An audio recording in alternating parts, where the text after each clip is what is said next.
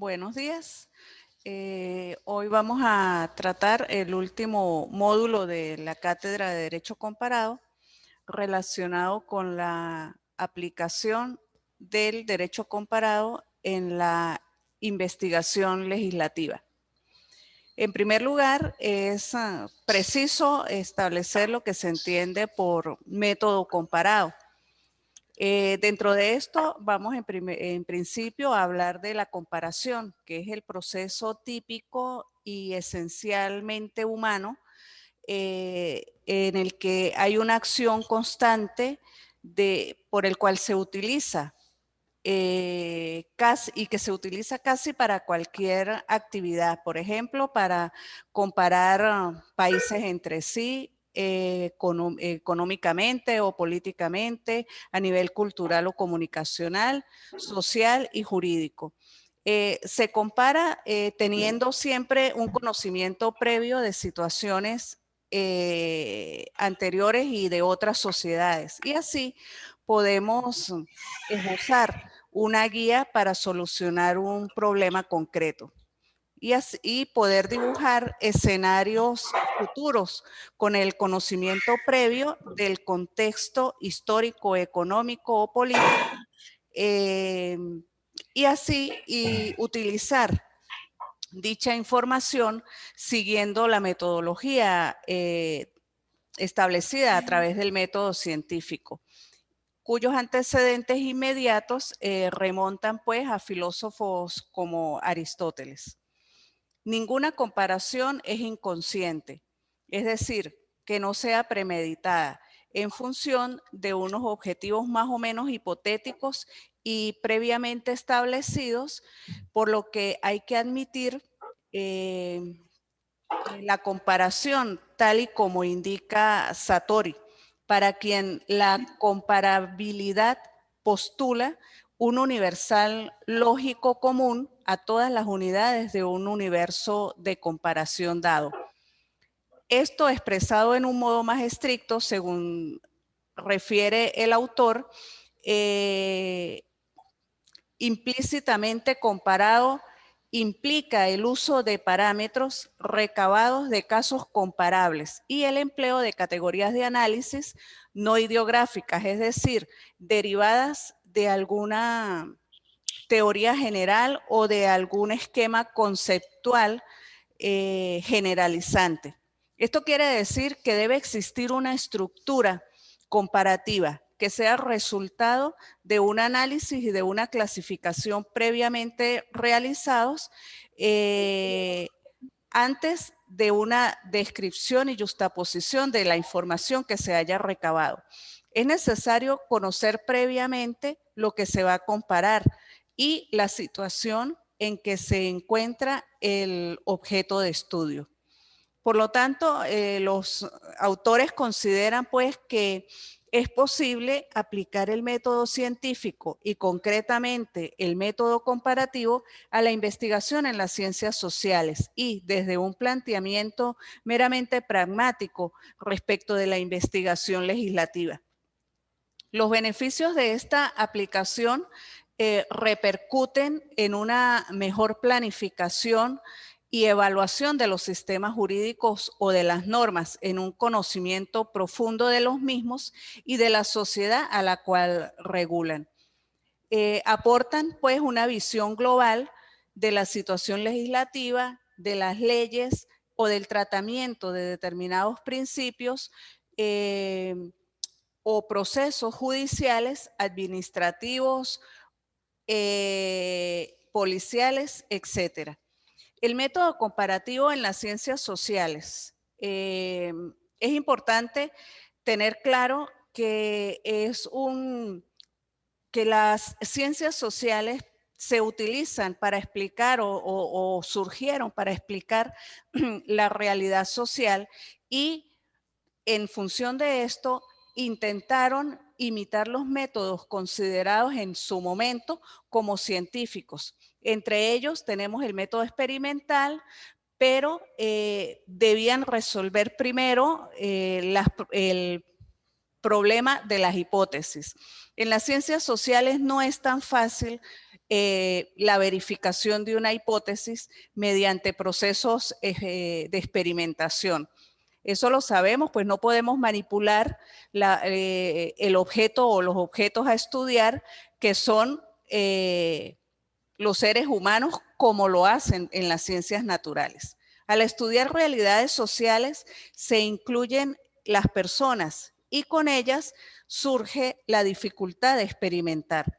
La aplicación de métodos como el experimental en las ciencias naturales se hace sumamente difícil, si no casi imposible, en el campo de las ciencias sociales. Como señala Foskett, me permito citarlo, podemos sospechar, por ejemplo, que un hogar desolado es una causa significativa de delincuencia juvenil, pero no vamos a irrumpir deliberadamente en el hogar con el fin de comprobar la hipótesis que nos hemos planteado, observando si los niños se convierten en delincuentes o no en ese hogar. Esto no quiere decir que cada disciplina no tenga su propio método, y de hecho las ciencias sociales tienen una lógica común que para la comparación. No existe una lógica de comparación exclusiva de la ciencia política, y una diferente en la sociología, y otra diferente en el derecho, y otra diferente en el resto de ciencias sociales que existen. No, tampoco existen opciones y decisiones de un estudioso perteneciente a un sector de las ciencias sociales que no deban ser asumidas o no sean relevantes también para otros científicos sociales. Al respecto, Bereday dice que partiendo del positivismo de las ciencias sociales, se puede plantear ciertas perspectivas de estudio por demás interesantes. Bereday establece 4 etapas principales para aplicar el método comparativo en las ciencias sociales. En primer lugar, él habla de la descripción de los puntos a comparar. Es necesario preparar y recopilar cuidadosamente la documentación en la cual se va a basar nuestra investigación o nuestra comparación. En segundo lugar, él habla de la interpretación como el análisis efectuado con la metodología de las ciencias sociales. Es decir, los factores de comparación se estudian a la luz de los aspectos históricos, políticos, económicos, culturales, sociales y jurídicos.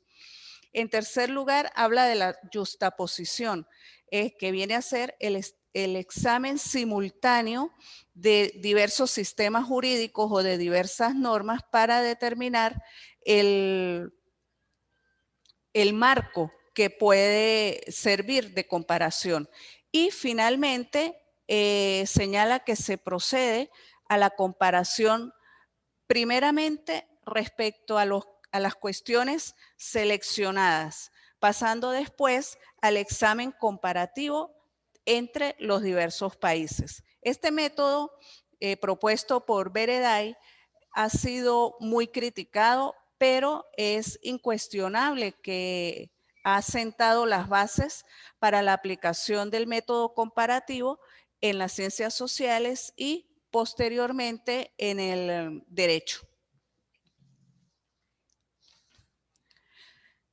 El método comparativo en derecho, pues, consiste en equiparar las instituciones y acontecimientos de un país con otro a efecto de trasladar o exportar a otros países instituciones, medidas y preceptos que hayan acreditado su bondad o su efectividad en un país dado.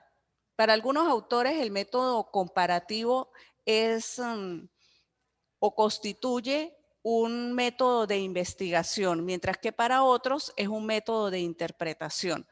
Determinar su verdadera naturaleza es algo muy amplio que, por supuesto, sobrepasa pues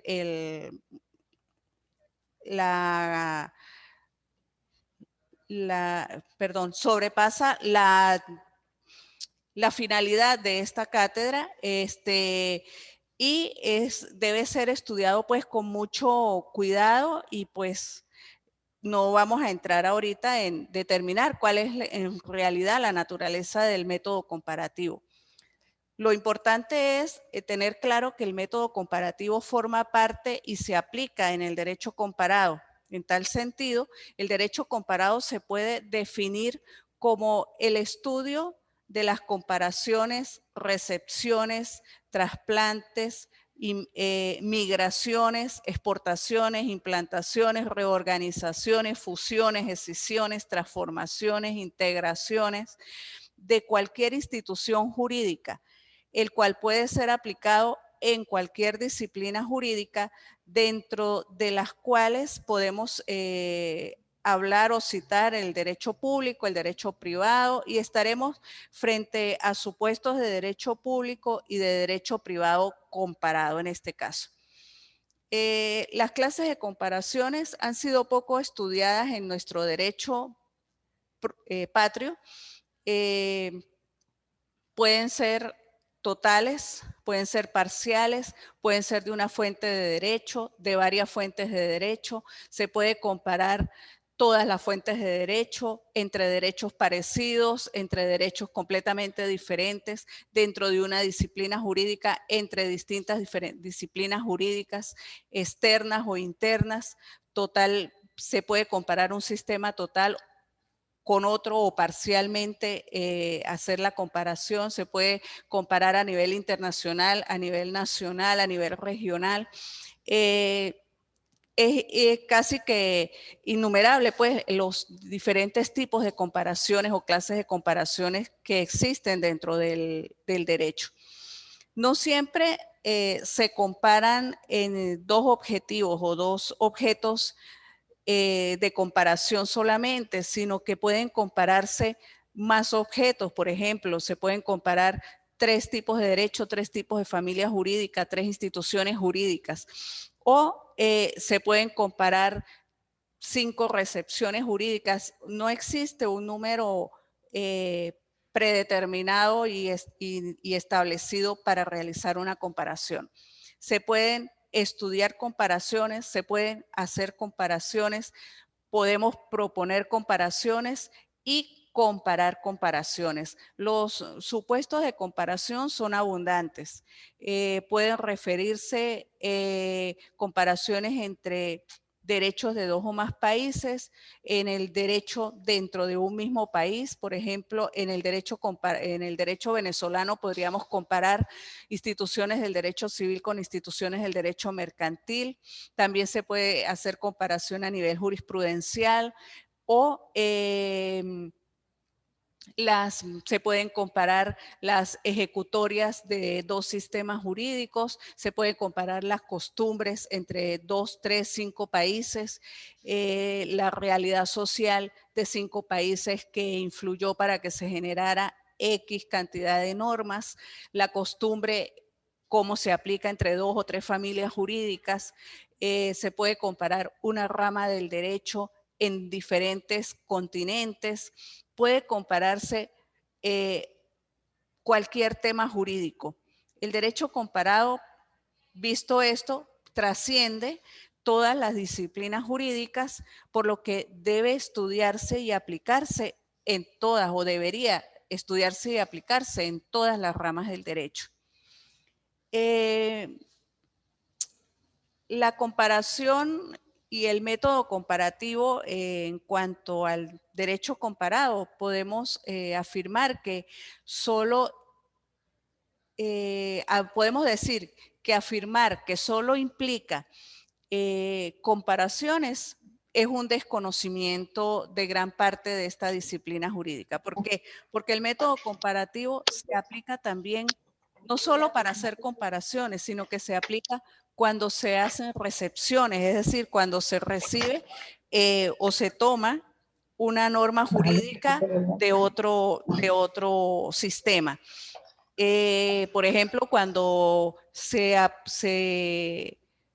ratifica un tratado de derecho internacional, eso es una recepción, y podemos comparar, por ejemplo, la Constitución lo que establece respecto a X derecho humano con lo que establece ese tratado internacional, por decir algo. ¿Por qué también se aplica a los trasplantes? El método comparativo se aplica a las migraciones de normas, se aplica a la importación de normas, a la circulación de normas, incluso a la reorganización de del derecho. Dentro de la recepción, por ejemplo, puede estudiarse que algunos códigos europeos han sido recepcionados por otros países. Por ejemplo, como ocurrió con el Código Civil francés de 1804 o el Código Civil alemán de 1896, que constituyen parte o constituyeron parte importante del estudio de la codificación civil venezolana y de algunos otros países latinoamericanos. También hubo recepción a nivel del derecho penal cuando se utilizó el Código Penal italiano, el Código Procesal Penal alemán, a fines de establecer pues o generar el derecho penal y el Código Penal y el Código Procesal Penal venezolanos. Dentro de la circulación del derecho, podemos afirmar que aplicando la misma, las instituciones jurídicas de cualquier disciplina jurídica pueden emigrar de un país a otro.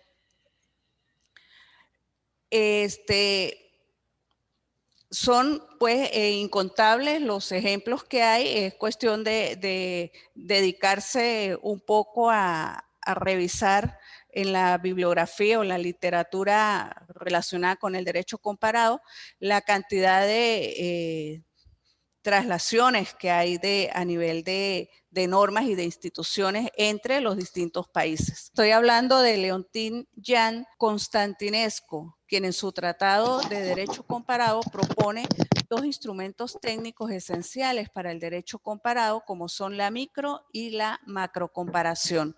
Me permito leer un extracto de lo que en su libro él señala o define como macrocomparación y microcomparación. Dice Leontín Constantinescu: entiendo por microcomparación la aproximación comparativa de reglas o instituciones jurídicas pertenecientes a órdenes jurídicos diferentes por su naturaleza analítica y su objeto limitado. La microcomparación se fija en el examen del fenómeno jurídico seleccionado y reducido a sus células últimas o a sus partículas elementales. Se puede considerar este trabajo como una especie de examen jurídico microscópico tendente a revelar la estructura y la función de las células jurídicas elementales. Pero para entender las estructuras características y darse cuenta de su especificidad, hay que cambiar la escala de observación. Es, pasando de la microcomparación a la macrocomparación, la única escala capaz de revelar las estructuras características y las morfologías específicas, cómo puede aprehenderse la realidad jurídica. Dicho esto, podemos decir que la macrocomparación es una forma de hacer derecho comparado y que consiste en comparar grandes partes de los sistemas jurídicos o de las familias jurídicas. Por ejemplo, son microcomparación las comparaciones entre códigos. Existen dos clases de macrocomparación, la macrocomparación interna y la externa. La macrocomparación interna se genera cuando se comparan grandes partes del derecho de un mismo estado. Por ejemplo, cuando se compara el Código de Enjuiciamiento Criminal con el actual Código Orgánico Procesal Penal. La macrocomparación externa se genera cuando se comparan grandes partes del derecho de varios estados. Por ejemplo, cuando se compara el Código Penal venezolano con el Código Penal italiano de 1889 o también llamado Código de Sanardelli. Por su parte, la microcomparación viene a ser la otra forma de hacer derecho comparado y consiste en comparar partes pequeñas de los sistemas jurídicos o familias jurídicas. Por ejemplo, comparar una excepción procesal en 3 sistemas jurídicos diferentes. También existen la microcomparación interna y la microcomparación externa. La microcomparación interna se da cuando se generan pequeñas partes del derecho de un mismo estado. Por ejemplo, la comparación entre las excepciones procedimentales en el derecho venezolano, bien sea entre excepciones a nivel de procedimiento civil y a nivel de procedimiento penal. Por su parte, la microcomparación externa se da cuando se comparan pequeñas fracciones o pequeñas partes del derecho de un mismo estado. Por ejemplo, las excepciones procesales o vías procedimentales en el derecho de 5 estados. También se da dentro del derecho comparado como otra forma de hacer derecho comparado, la recepción, que se genera cuando se toma en cuenta el derecho de otro estado o de otra rama del derecho o dentro de la misma rama del derecho, es decir, cuando se incluye y estas partes del derecho de otro estado en otra rama del derecho.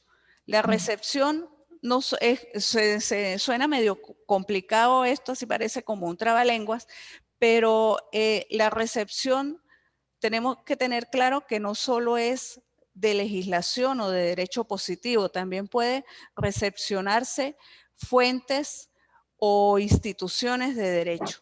La recepción se divide en interna y externa, al igual que la micro y la macrocomparación. La recepción interna se da cuando se toman en cuenta aspectos de otra rama del derecho o de la misma rama del derecho dentro de un mismo estado. Por ejemplo, cuando se recepciona del derecho procesal civil venezolano al derecho procesal penal venezolano.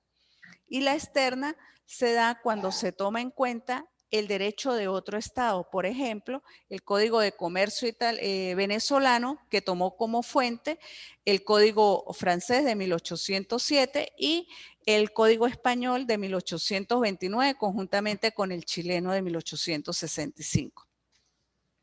De manera pues que el orden jurídico constituye la integración de las normas, principios de derecho y nociones jurídicas aplicables en una sociedad determinada, en un todo orgánico que potencia las partes integrantes construidas por partículas jurídicas elementales que se integran en estructuras más complejas o institutos jurídicos, unos de ellos básicos, determinantes y otros accesorios o determinados. Los primeros, los básicos, están relacionados de manera directa con el sistema de valores e intereses dominantes en la estructura jurídica. Expresan sus fines mediatos o de largo plazo. Atribuyen al sistema su individualidad y constituyen el núcleo central de construcción del sistema, es decir, son su columna vertebral. Los segundos determinados vienen a ser subordinados, mutables, complementan el paradigma jurídico, pero no lo determinan. Sus reglas son limitadas al ámbito específico en que operan y su importancia es relativa. Pueden ser modificadas o sustituidas sin que esto afecte el ordenamiento jurídico. Por ejemplo, el el instituto jurídico matrimonial, con sus características contractuales, monogámicas y heterosexuales, constituye un instituto jurídico básico, medular en nuestro ordenamiento jurídico, que es común a los del sistema del civil law y aún del common law, pero es radicalmente distinto, por ejemplo, del sistema musulmán, mientras que el instituto accesorio de la Comunidad Económica de Gananciales difiere en cada uno de ellos y más aún es mutante cada uno de los ordenamientos jurídicos particulares.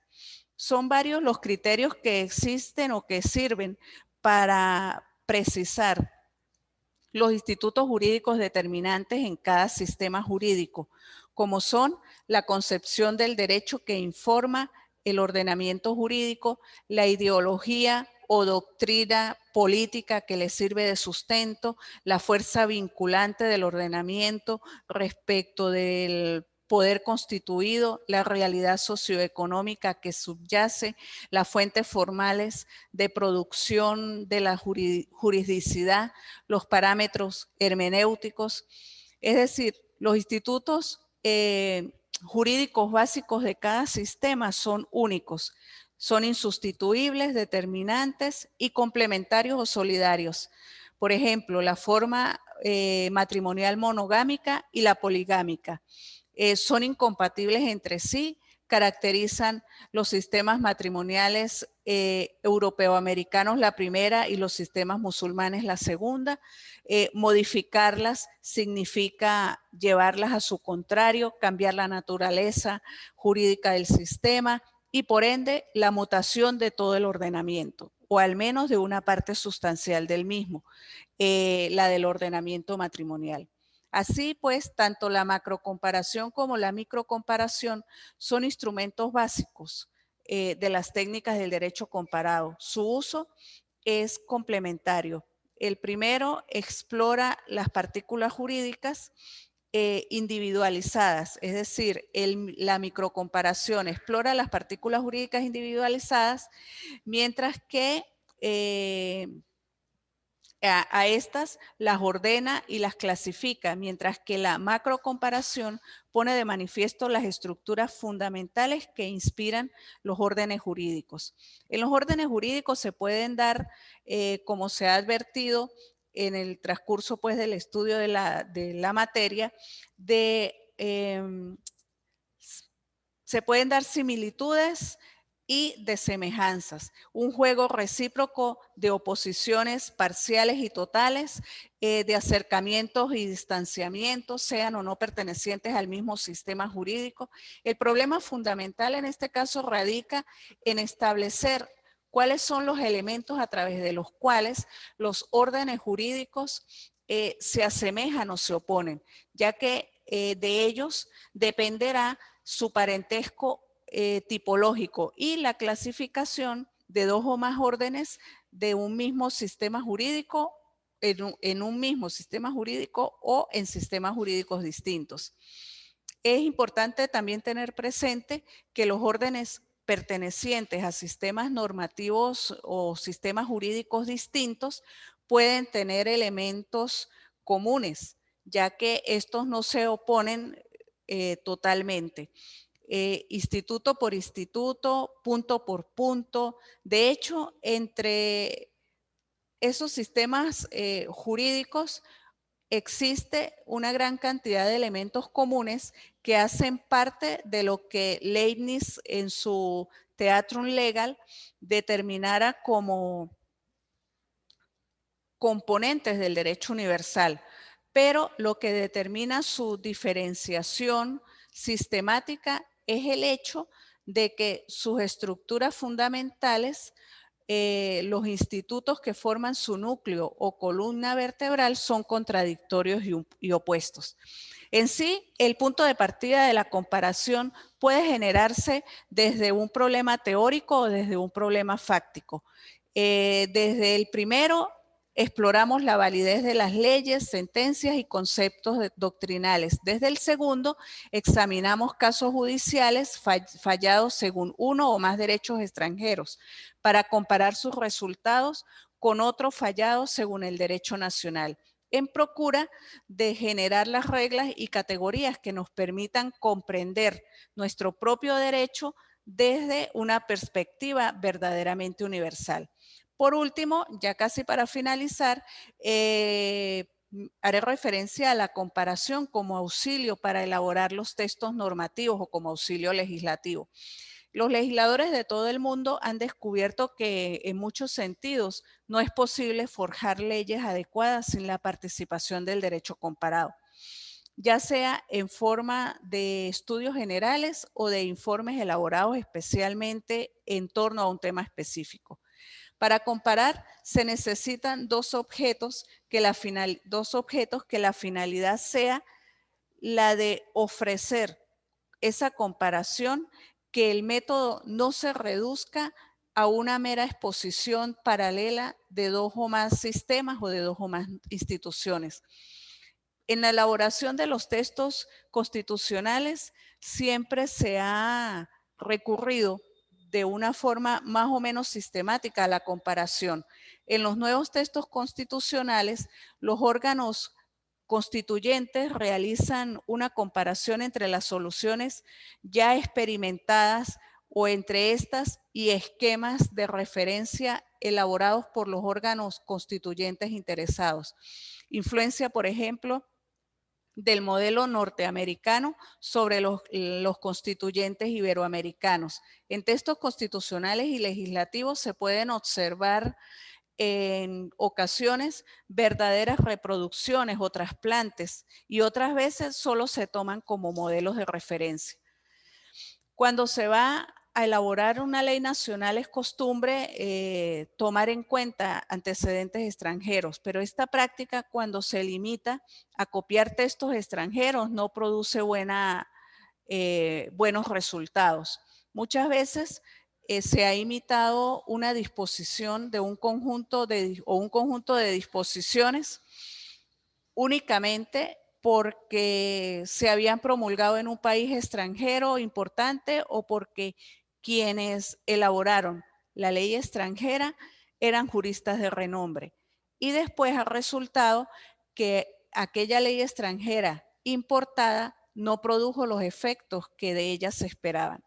Reconocer la importancia de la comparación entre proyectos de leyes nacionales y los textos normativos de otros ordenamientos no debe, obviamente, inducir al error de aceptar el trasplante de tales textos al ordenamiento desde el que se realiza la comparación. Por el contrario, es exacto afirmar que la comparación tiende a suscitar propuestas o a comprobar aquellas que han madurado en el ordenamiento en cuestión y que más que los textos considerados en sí mismos interesan al legislador nacional las ideas que están tras las formulaciones normativas o las soluciones ofrecidas a los problemas que vive el país. Antes de elaborar una ley es necesario realizar verdaderos estudios de derecho comparado para obtener así buenos resultados, porque el derecho comparado no es una simple copia o adaptación de un texto extranjero, sino el examen previo a las causas que lo motivaron, el medio social en que se aplica, su éxito o su fracaso en la práctica o las causas de ese éxito o de ese fracaso. Analizando todas estas circunstancias con las del propio país, ya se puede saber si una ley extranjera debe o no ser imitada. La comparación se realiza mucho mejor en la fase preparatoria, que tiene lugar en las oficinas legislativas. En cambio, cuando el proyecto comienza a viajar a través de las comisiones parlamentarias, de los representantes del gobierno, existe siempre la tendencia a olvidar la confrontación con otros ordenamientos. A diferencia de la costumbre, que solo se forma lentamente, la ley interviene con rapidez y parece capaz de realizar de golpe reformas radicales en el derecho. Por esta razón, el legislador siempre está expuesto en cierta medida al reproche de realizar una obra arbitraria. De ahí que haya que justificarse probando que una obra es racional. Y uno de los mejores medios de lograrlo es apoyarse en la experiencia o las experiencias que se han hecho en otros países, y esa es la función del derecho comparado. Esto ya en los próximos días subiré a la plataforma el material de apoyo de esta unidad y la asignación a realizar. Muchas gracias por su atención y que pasen un feliz día.